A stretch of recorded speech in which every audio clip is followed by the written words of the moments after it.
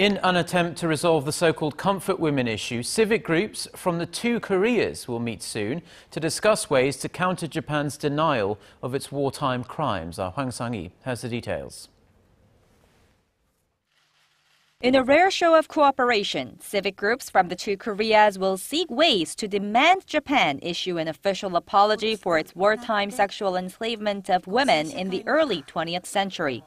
The Seoul-based Korean Council for the Women drafted for military sexual slavery by Japan said Thursday that it will meet with a North Korean civic group at the end of this month in the Chinese city of Shenyang. Around 200,000 women, mostly Korean, were forced to serve the Japanese military during the Second World War, and many are still waiting for a heartfelt apology from Japan.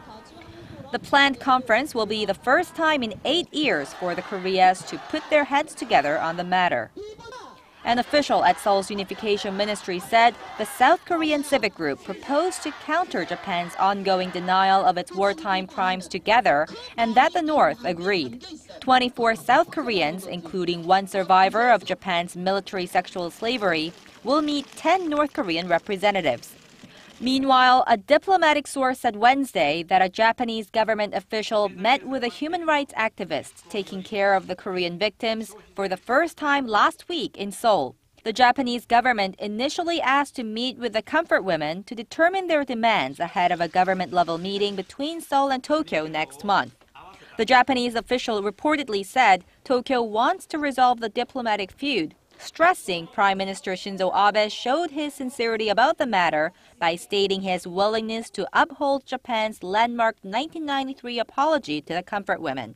In response, the South Korean activist urged Japan to acknowledge Tokyo's legal responsibility for forcing the victims into sexual slavery.